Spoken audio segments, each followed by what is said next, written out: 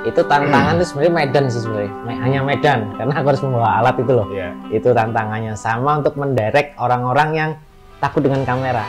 Bincang Pejalan, bincangnya para pejalan, pelana, etika, dan cerita. Oke, di kopi dulu. Nah, kawan jalan tadi itu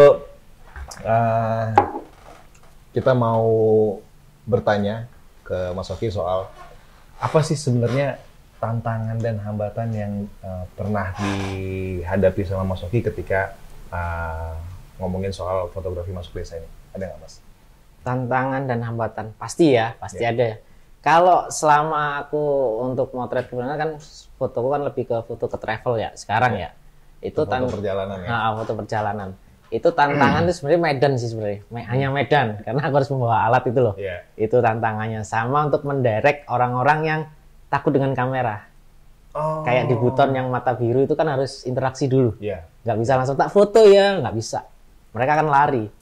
Ya, di Buton kan ada tuh yang mata biru tuh, anak-anak mata biru itu. Campuran Portugis zaman penjajahan dulu. Ya ada di Buton sama di Aceh juga ada tuh di daerah dekat titik nol tuh. Ya ada. Tuh, itu. Dulu kayak itu dulu Bapak bekas jajahan Portugis ya. Masih ada ini. Ya itu tantangannya cuma tuh di medan aja sih sama interaksi. Kalau alat sih alhamdulillah selama prepare sih nggak ada masalah. Nggak ada masalah. Jadi berarti masuk itu nggak ada masalah. Sebenarnya udah berapa banyak sih desa yang dikunjungin sama Mas Oki dengan lewat program fotografi masuk desa ini? Kalau program fotografi masuk desanya saat ini sih memang masih aku pending lagi Mas, karena yaitu ada beberapa aku harus mengerjakan sesuatu yang di sana juga, di sini juga. Tapi akan running terus, bakalan running terus mungkin setahun lagi atau 2 tahun lagi. Barengan dengan camper van, sebenarnya ada project camper van. Wih, keren jadi banget itu ya. Kan kalau camper van udah jadi, insya Allah aku harus keluar dari kantor, dari zona nyaman, dan aku harus berpetualang dan mengajar. Oke, berarti jadi kalau gitu fotografi masuk desa, dia programnya Anak Dolan ini saat ini lagi apa stop dulu nih. Lagi stop dulu nih, gitu ya. Sekarang ini Mas Oki lagi ada proyek kan camper van gitu. Jadi nanti camper van ini berbarengan dengan program fotografi masuk desa. Pakai camper van. Pakai camper van. Karena camper van itu buat tempat tinggal nanti. Saya diajak. Oh boleh. Dan siapa tahu nanti ada sponsor kamera kan bisa ninggalin kamera buat anak-anak di sana kan. Karena Anak Dolan dan Saya Pejalan Bijak itu tuh irisnya tuh masih kuat banget tuh Mas. Iya, gitu. Ya hampir sama sih, cuman beda tulisan aja karena yang dilakukan sama kan. Karena kan ya hampir ya yang dilakukan sama, ujungnya kan sebenarnya kita pengen harapannya kan kalau Mas Oki tadi kan capture perjalanan ya, foto-foto perjalanan gitu ya, pasti kan perjalanan itu kan kita ada soal alamnya, ada soal budayanya, orangnya, manusianya gitu kan ya. Nah, harapannya itu kan sebenarnya kita pengen gimana yang kita capture saat ini gitu ya. Nanti berapa tahun yang akan datang itu ya masih seperti itu gitu kan ya. Atau mungkin jadi lebih baik gitu kan ya. Harapannya sih. Ya. Jadi lebih baik. Keren banget ya, ada camper van, ada fotografi masuk desa. Jadi udah nggak main tenda kita. Kapan sih itu rencananya camper van-nya? Ya mungkin kurang lebih setahun ini atau tahun depan mungkin udah mulai running. Nah, kawan jalan nanti kalau pengen tahu ceritanya camper van itu di Anak Dolan itu lihatnya di mana Mas? Bisa sementara untuk lihat prosesnya di Instagram. Udah taruh highlight di situ. Oke. Proses pembuatannya juga. Proses pembuatan juga ada di situ. Oke. Nah, jadi sebetulnya kalau kita tadi balik lagi soal tantangan dan hambatan, hampir nggak ada, cuman paling soal membawa alat-alat aja ya, perlengkapan seperti ya gitu. Sama interaksi tapi interaksi sama orang yang akan kita foto atau tempat yang kita foto itu menyenangkan juga. Jadi kayak akhirnya kita berkenalan, akhirnya bisa berbaur juga. Jadi mendapatkan informasi langsung malah seperti itu. Jadi kalau kita pendekatannya lebih enak itu kita malah mendapatkan informasi lebih tinggi, lebih banyak. Kayak Mas di sana itu lo ada seperti itu, Mas di sana itu lo ada kayak. Nah, Mas boleh cerita sedikit nggak Mas soal pendekatan itu biasanya yang Mas Oki lakukan tuh ketika datang ke tempat-tempat baru tuh bagaimana Mas? Aku nggak motret langsung. Aku ngobrol ngopi gini. Layaknya kita bikin podcast ngobrol.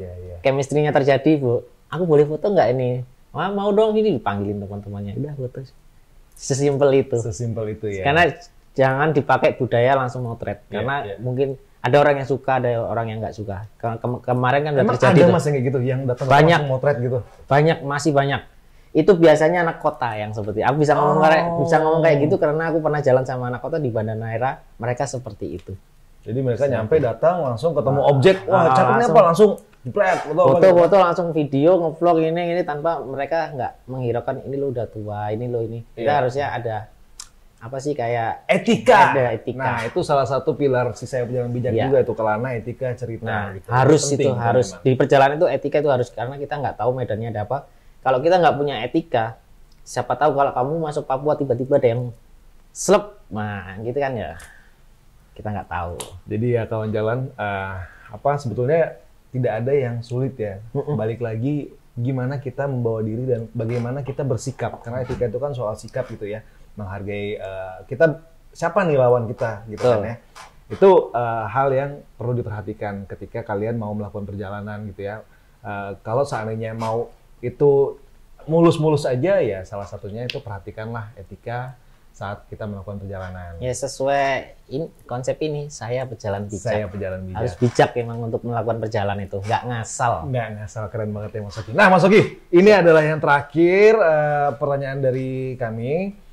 Mas Oki, boleh nggak nih dari versinya Mas Oki itu ngajakin kawan jalan itu untuk apa aja sih? Tadi kan kita udah ngomongin soal kan ini kan gerakan Saya Pejalan Bijak gitu ya. Boleh nggak Mas Oki bikin satu ajakan untuk kawan-kawan yang saat ini, karena kan semua orang sekarang rasanya melakukan perjalanan gitu ya. Udah dengan media sosial pun sekarang kita banyak yang ngebagiin tempat-tempat yang hidden gem gitu-gitu kalau anak-anak kekinian sekarang ngomongnya gitu ya. Nah, boleh nggak Mas kasih ajakan sesuatu hal yang bijak gitu ya, yang bisa Mas Oki sampaikan ke kawan jalan Mas? Boleh. Yang tujuannya untuk tempat itu agar lestari. Ya. Nih langsung atau tahan dulu tadi kayak? Langsung nih Mas Oki. Ini kita penutupan soalnya. Nah, jadi buat teman-teman semuanya yang ada di seluruh Indonesia khususnya, bila mana kalian mau melakukan satu perjalanan, ya tadi yang dibilang Mas Fai tadi, lakukanlah Saya Pejalan Bijak, ya kan? Tetap jaga dan lestarikan lingkungan, seminimalnya buanglah sampah pada tempatnya lah.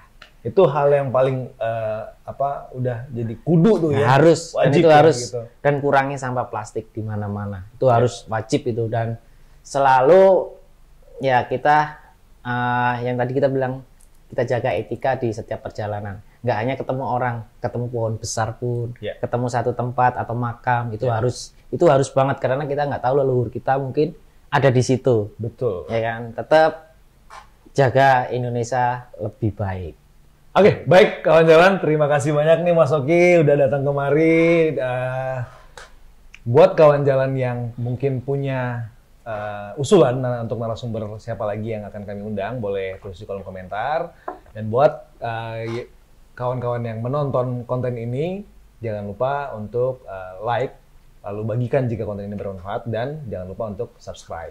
Gue Pak Widodo undur diri. Saya Oki Anak Dolan. Salam jalan. Kawan jalan.